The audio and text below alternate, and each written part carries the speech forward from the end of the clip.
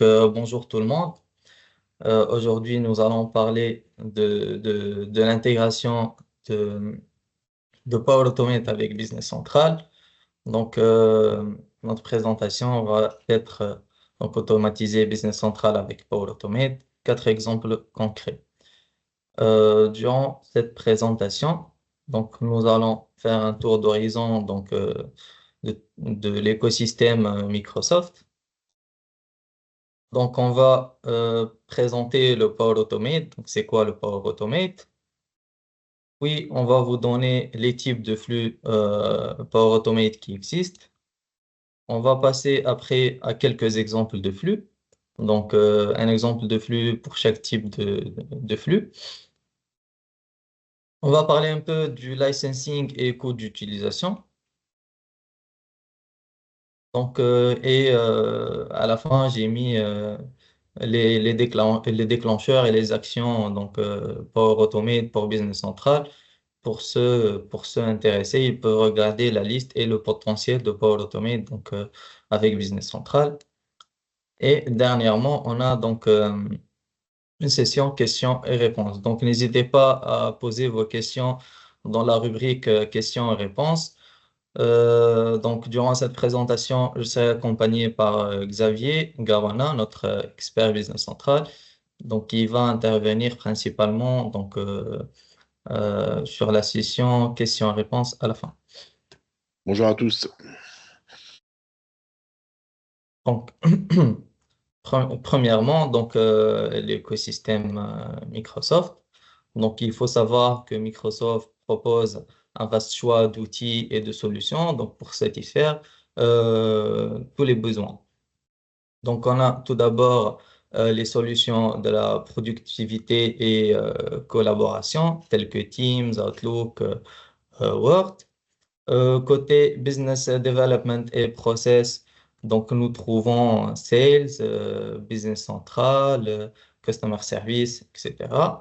Et on finit avec les solutions low code qui permettent de construire des applications, de construire des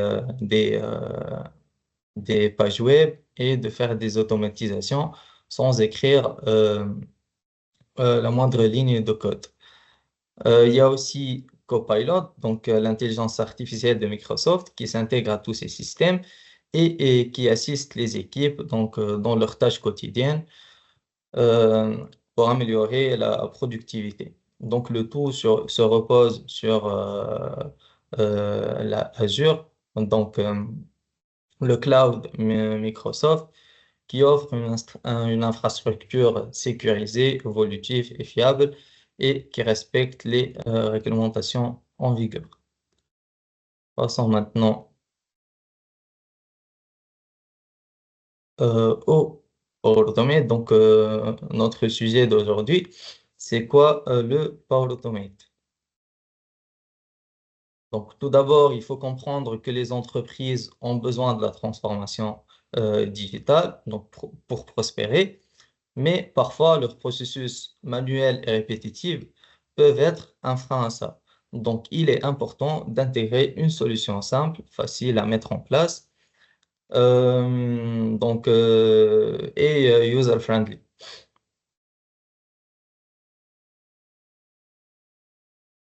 Pour répondre à ça, Microsoft a mis en place le Power Automate. Donc, Power Automate permet d'automatiser les tâches quotidiennes et répétitives, d'améliorer et optimiser la productivité des équipes en assurant un gain de temps énorme et un taux d'erreur proche de zéro. Power Automate permet aussi d'orchestrer le fonctionnement de plusieurs systèmes entre eux grâce à ces plus de 1400 connecteurs qui se connectent avec pratiquement tous les systèmes euh, tels que Google, Salesforce, Amazon, etc. Donc, le fonctionnement de Power Automate, il est simple. Donc, on a besoin d'un déclencheur. Donc, le minimum pour que un Power Automate fonctionne, il nous faut un déclencheur. Donc, l'action qui va déclencher le flux.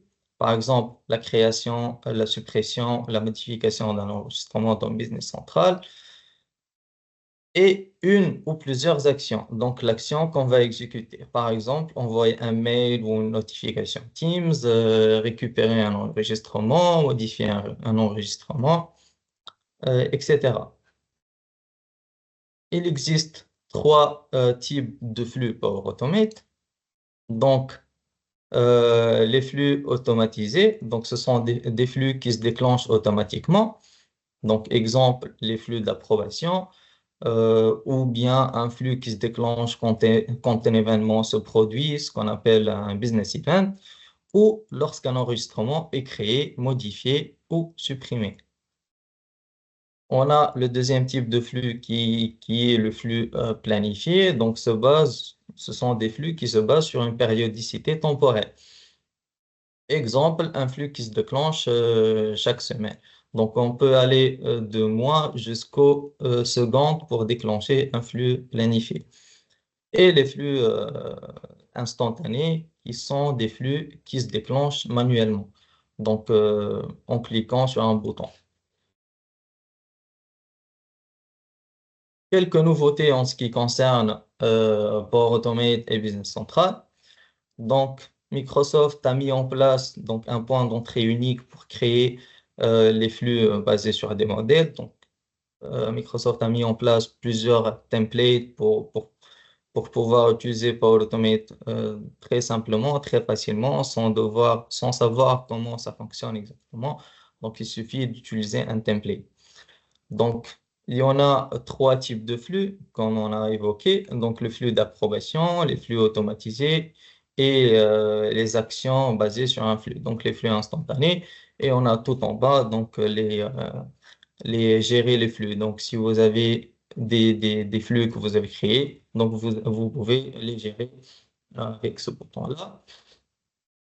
Et, ils ont mis aussi la possibilité de créer un flux Power Automate avec Copilot. Donc, c'est une version préliminaire activée depuis gestion des fonctionnalités. Elle est disponible qu'en anglais actuellement. Donc, le but, c'est voilà, d'utiliser Copilot. Il faut écrire qu'est-ce que vous voulez comme Power Automate et lui, il va le créer pour vous. On continue avec les nouveautés. Donc, pour ceux qui ont déjà utilisé les flux d'approbation quand ils sont apparus, c'était un peu compliqué. Il faut renseigner l'utilisateur, il faut renseigner l'approbateur, il faut renseigner l'environnement sur lequel on travaille, il faut renseigner l'entreprise. Donc, tout ça, actuellement, c'est fait d'une façon automatique. Donc, Power Automate récupère donc l'utilisateur, il récupère son approbateur, il récupère l'entreprise et l'environnement, et le tout se fait d'une façon automatique. Donc, quelques exemples de flux. Donc, le flux numéro un, donc, c'est un flux d'approbation. Donc, ce schéma-là, il simule ce qu'on a dans le Power Automate. Donc, le déclencheur va être donc, la demande d'approbation depuis BC. On va récupérer les informations nécessaires donc, en utilisant Microsoft 365 pour savoir qui est l'approbateur de la personne qui a déclenché le flux. On va envoyer la demande à l'approbateur. Donc, l'envoi, il se fait via Teams et Outlook.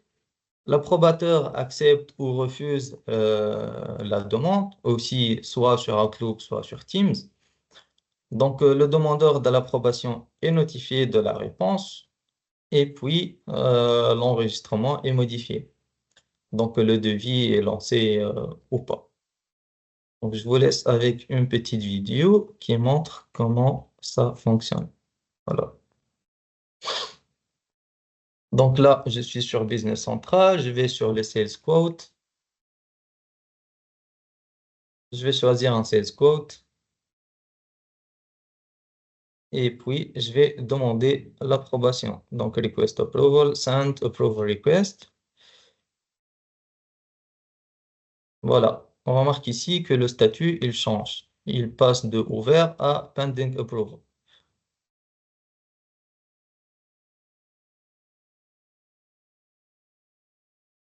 Maintenant, on va sur le profil du manager qui est d'un jump, le manager de la personne qui a exécuté ou bien qui a demandé l'approbation. Donc, l'approbateur, il va recevoir une notification Teams. Voilà, la notification Teams, euh, il a donc un Sales Code Approve Request, il a une demande d'approbation et on a quelques détails ici. An approval request by Alan Steiner for Sales Code totaling donc 5304 euros pour le client X must be approved. Et il a deux boutons, donc approuver, rejeter. Et ici, il a la personne qui a demandé l'approbation.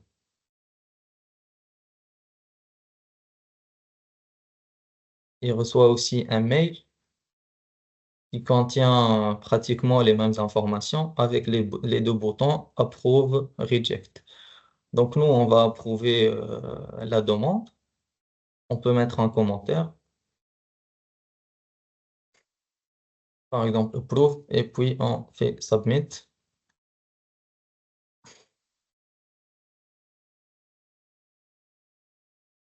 Voilà, le mail change, voilà, approved.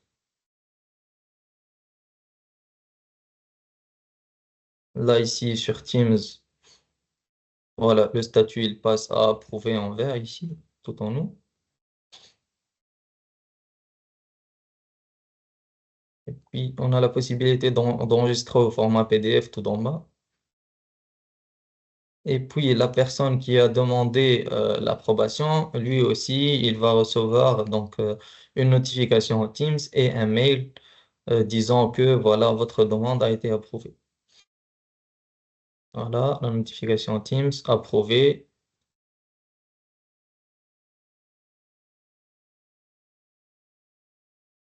Et un mail que voilà, an approval requested, customer approve, response, comments.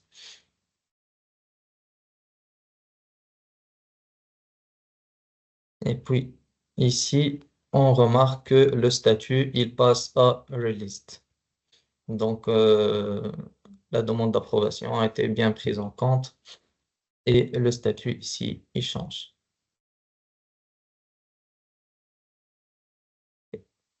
Ça, c'est un premier exemple d'un flux Power Automate. Il y a donc le deuxième exemple, c'est un flux automatisé. Donc, on va recevoir une notification Teams quand un client est bloqué. Donc, le déclencheur, c'est un business event. Le client est bloqué. Donc, une carte adaptative contenant le client et tous ses détails va être créée. Donc, avec Power Automate. Et puis, on va envoyer une notification Teams quand le client est bloqué. Une petite vidéo démonstrative. Donc, on va au client, on choisit un client, on va passer le statut blocked à all par exemple.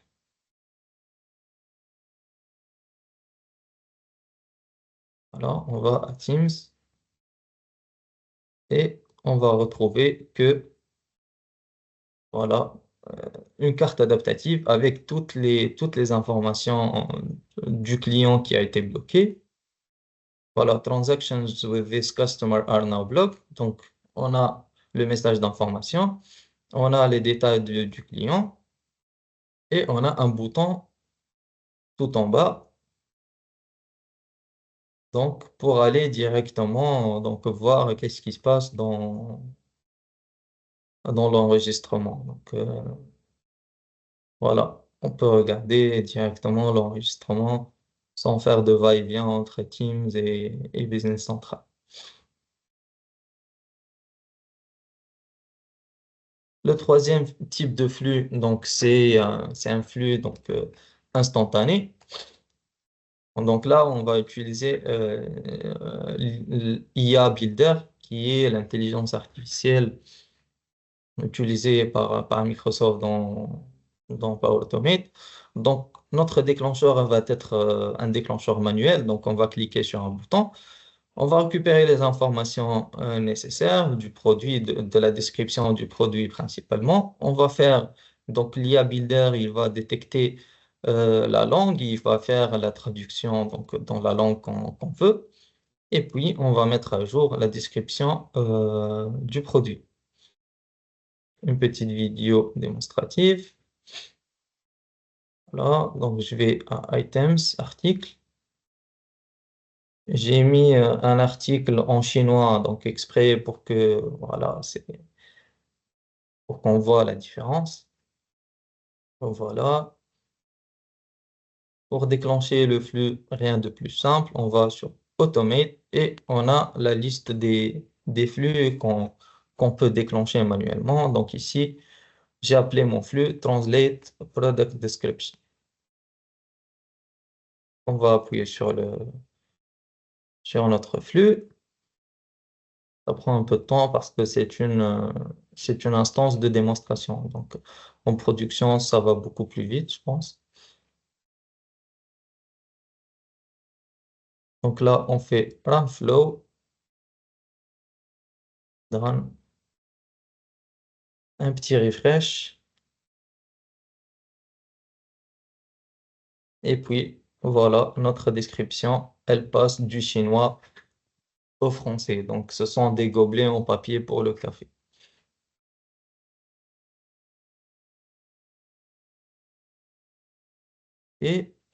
Notre dernier exemple, c'est aussi un flux instantané. Donc, cette fois-ci, on va créer une tâche personnalisée dans Planner, donc dans Teams, depuis un client Business Central. Donc, le déclencheur, il va être manuel depuis un client. On va récupérer les informations nécessaires et puis on va créer une tâche personnalisée dans Teams.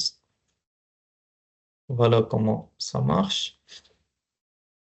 Je vais sur les clients, je choisis le client, je vais sur Automate, je choisis le flux, Create Task in Teams.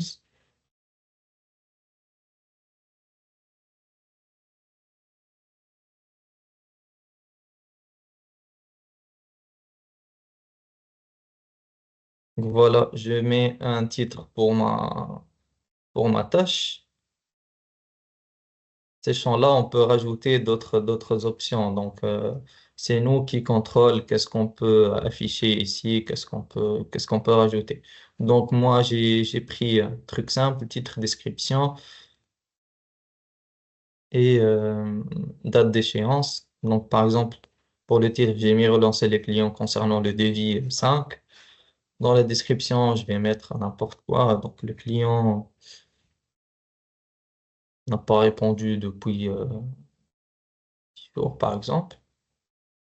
La date d'échéance de la tâche, donc, par exemple le 30 septembre, et je vais l'affecter à Alain Steiner. Exécuter le flux, et puis, donc pour moi, l'administrateur, je vais retrouver donc la tâche ici dans Teams, dans les tâches BC. Donc voilà la tâche qui a été créée avec le bon titre.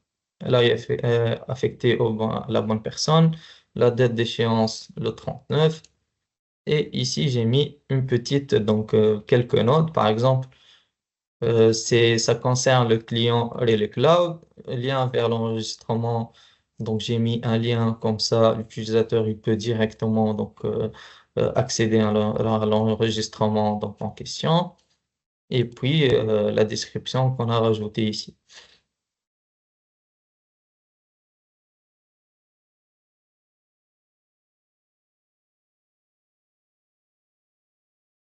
Donc, même chose pour la personne concernée qui est Alain Steiner. Donc, il va recevoir la tâche sur son Teams pour qu'il la traite ou pour qu'il fait ce qu'il voit nécessaire.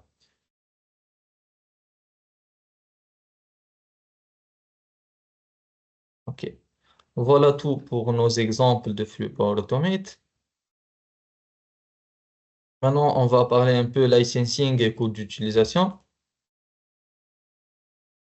Donc, avec Business Central, d'après Microsoft, avec Business Central, vous obtenez une licence de Microsoft Power Automate. Cette licence vous permet d'utiliser vos données Business Central dans le cadre d'un flux de travail dans Microsoft Power Automate. Donc,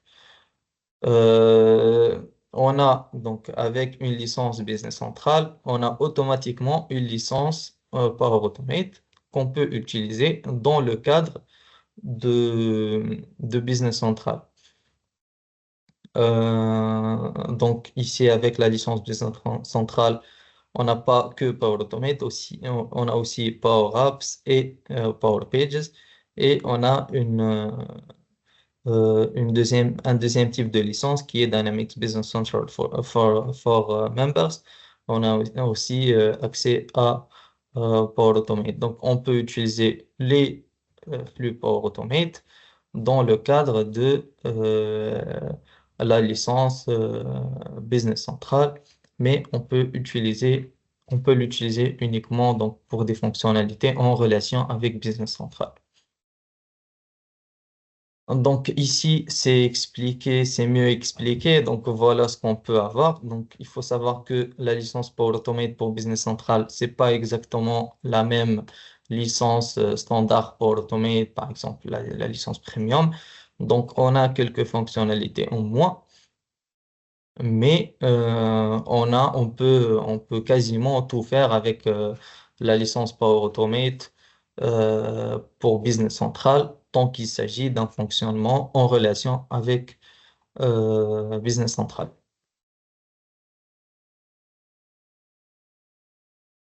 On a d'autres opportunités d'intégration, donc avec Business Central.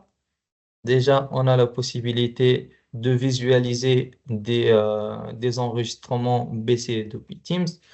Donc, c'est une fonctionnalité qui existe depuis quelque temps, mais je pense qu'il y en a ceux qui connaissent pas. Donc,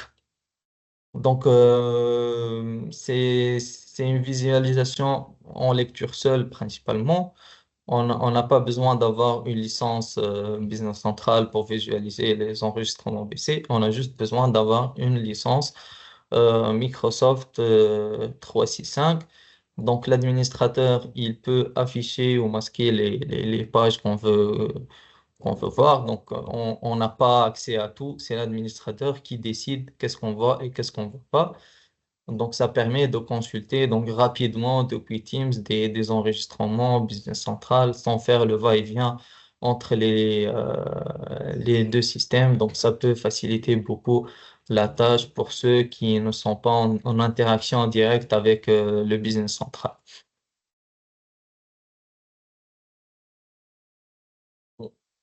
Pour résumer en quelque sorte, les possibilités d'intégration entre Business Central et les autres systèmes, surtout avec la Power Platform, on a le Power Automate donc, qui nous permet d'exécuter et d'automatiser des tâches et se connecter à d'autres systèmes. On a la possibilité donc, de visualiser, éditer des enregistrements Business Central donc, depuis Teams. Et finalement, on a donc c'est une fonctionnalité en preview. Donc, on a la possibilité de visualiser et éditer des enregistrements Business Central depuis un portail web, donc en utilisant le Power Pages. On a testé la visualisation, l'édition, donc on n'a pas pu le tester, donc à vérifier, mais donc c'est une fonctionnalité en preview. On n'a pas pu tout tester. Ici, j'ai mis une liste des déclencheurs et des actions Power Automate pour Business Central. Donc, la liste est longue. Vous pouvez consulter si vous voulez les possibilités d'intégration ou d'utilisation de Power Automate avec Business Central. Donc, il y en a pas mal de déclencheurs, on a pas mal d'actions. Et il faut savoir que même si il y a quelques actions ou quelques tableaux qui ne sont pas exposés par défaut dans Power Automate. Donc, on ne peut pas les utiliser directement de façon standard. Il existe un autre moyen. Donc, on peut exposer certaines API pour les utiliser dans Power Automate. Donc, même si ça n'existe pas de façon standard, on peut faire un petit développement et on peut les utiliser avec Power Automate. Donc, nous sommes arrivés à la fin de notre présentation. Donc, je vous laisse poser vos questions et on peut répondre si vous voulez. Ah, c'est une question. Est-ce que les flux peuvent être facilement paramétrés par des fonctionnels?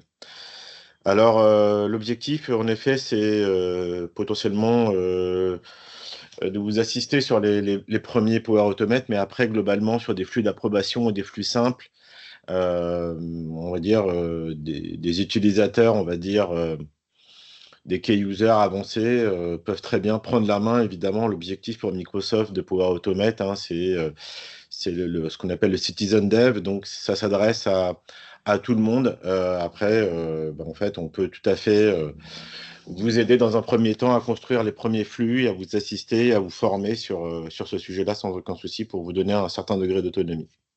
Ouais. Il existe aussi des templates donc, qui sont pratiquement plug and play. Donc, vous pouvez directement les utiliser. S'ils répondent à votre besoin, vous pouvez les utiliser directement. Alors, la deuxième question, c'est l'accessibilité à certaines entités qui ne sont pas exposées. En effet, dans le set d'API standard, on va dire, Business Central, toutes les entités, toutes les tables ne sont pas exposées.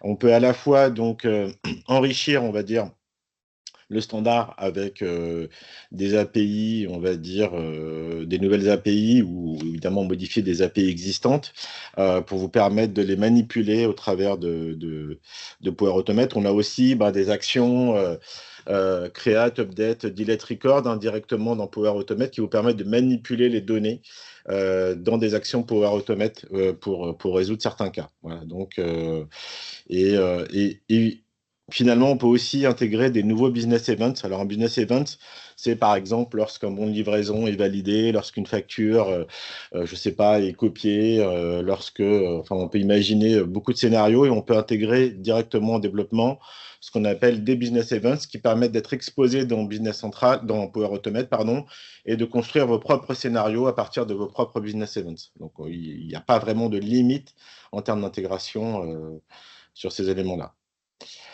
Une question, Wassim, sur le monitoring, on va dire, des flux Power Automate. On ne l'a pas Ouais. montré, mais évidemment, l'utilisateur a accès à ces flux et peut monitorer lui-même ces flux et ces instances Power Automate, c'est-à-dire que chaque Power Automate déclenché fait l'objet d'un monitoring intégré et peut être visualisé directement par l'utilisateur ou par les personnes qui ont les droits sur les flux Power Automate. Voilà. Donc, dans les flux Power Automate, comme je viens de montrer dans BC, vous avez l'option gérer vos flux. Donc, ça vous permet d'accéder à la liste de vos flux. Et autre chose, quand il y a une erreur sur un flux Power Automate, l'administrateur, il reçoit un mail que, voilà, donc vous avez un Power Automate qui est en échec, il faut vérifier qu'est-ce qui se passe. Donc, oui, on est notifié tout le temps s'il y a des échecs ou des dysfonctionnements donc à travers le mail. Merci tout le monde. Bonne journée.